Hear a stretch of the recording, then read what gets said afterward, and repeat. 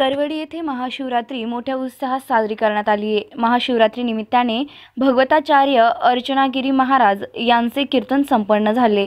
वै बाळशास्त्री महाराज सावखेडा, हभप गुरुवर्य वै बंसी महाराज तांबे, हभप गुरुवर्य भास्कर गिरीजी महाराज यांच्या कृपा आशीर्वादाने तसेच हभप गुरुवर्य रामनाथ महाराज काळेगावकर, काशी विश्वेश्वर संस्थान तरवडी यांच्या प्रेरणेने व मार्गदर्शनाखाली महाशिवरात्री निमित्ताने अखंड हरिनाम सप्ताह, श्री ग्रंथराज ज्ञानेश्वरी पारायण व शिवलीला अमृत पारायण सोहळा संपन्न होत असताना काल तरवडी येथे महाशिवरात्री मोठ्या उत्साहात साजरी करण्यात आली आहे।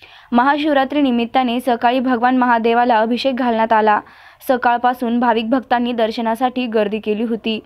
काही भाविक भक्तांनी महादेवाला बेलपत्र बेल तर काही भाविकांनी बेलफळ फूल वाहून दर्शन घेत होते, तर काही भाविकांनी महादेवाला अभिषेक घातला होता।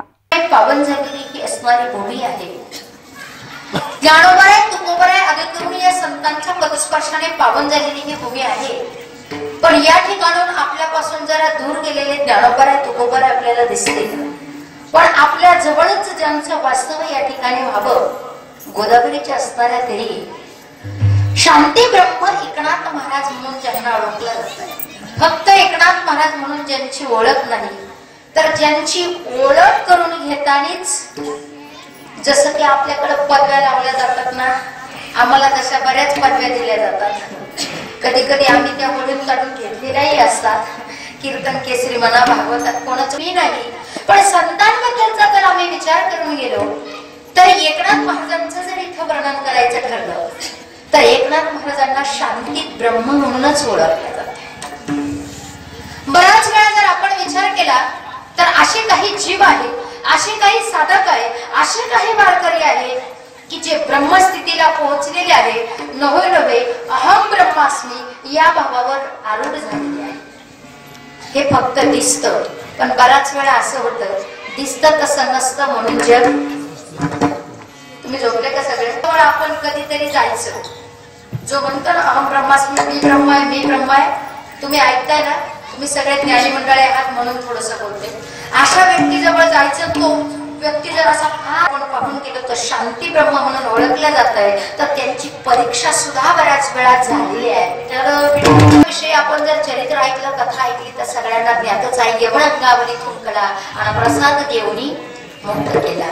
आपल्या अंगावर थुंकायची गरज नाही, आपल्याला नुसतं बसल्या बसल्या सरळ म्हणून कोपर ढिरी मारली ना तरी जसं काय आपण कवळ स्नान करून आल्यानंतर एवढ्या वेळा अंगावर थुंकावं, एकदा नाही दोनदा नाही म्हणतात 108 वेळा त्या ठिकाणी अंगावर थुंकावं, तरी सुद्धा एकनाथ महाराजांनी शेवटी सांगावं, थुंकणारा थकला पण अंगावर शिंतोडे उडून घेणारे थकले नाही। ते म्हणजे तुमच्यामुळे आज मला 108 वेळा स्नान घडावं, केवढं मोठं भाग्य आहे। ही स्थिती ज्यांच्याकडे आहे त्यांचं नाव आहे एकनाथ महाराज। महाशिवरात्री निमित्ताने दुपारी 3 ते 4 या वेळेत माजी आमदार पांडुरंग अभंग यांचे प्रवचन सेवा पार पडली, तर सायंकाळी 5 ते 6 या वेळेत गावातून भव्य ग्रंथराज दिंडी सोहळा मोठ्या उत्साहात पार पडला।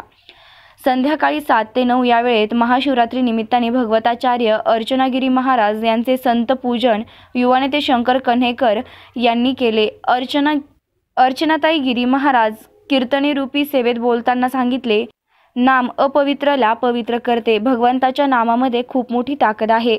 पदाने माणसाला अहंकार निर्माण होतो। शिव भगवानमध्ये अमंगल काळाला मंगल करण्याची ताकद आहे। सकाळी भगवंताच्या नामाने सुरुवात केली तर घर सुसंस्कृत झाल्याशिवाय राहणार नाही। भगवंताची सेवा केली तर क्रोधवर मात करता येतो, असे अर्चनाताई गिरी यांनी सांगितले। यावेळी बाळासाहेब पाटील, मनोहर बोराटे, शिवाजी शिकारे, जालिंदर तुपे, सुरेश राजगुरू, सयाजी कन्हेकर, रवींद्र पेटे, रावसाहेब तुपे, जनार्दन भालेराव, रावसाहेब तुपे, त्रिंबक कन्हेरकर, दीपक दरोडे, रामकिसन क्षीरसागर, अरुण चोपडी आदी उपस्थित होते। कीर्तन प्रसंगी परिसरातील भाविक भक्त मोठ्या संख्येने उपस्थित होते। कीर्तनानंतर भाविकांना महाशिवरात्री निमित्ताने फराळ देण्यात आले। प्रतिनिधी राहुल कोळसेसह सुवर्णा ताकटे, SP 24 तास नेवासा।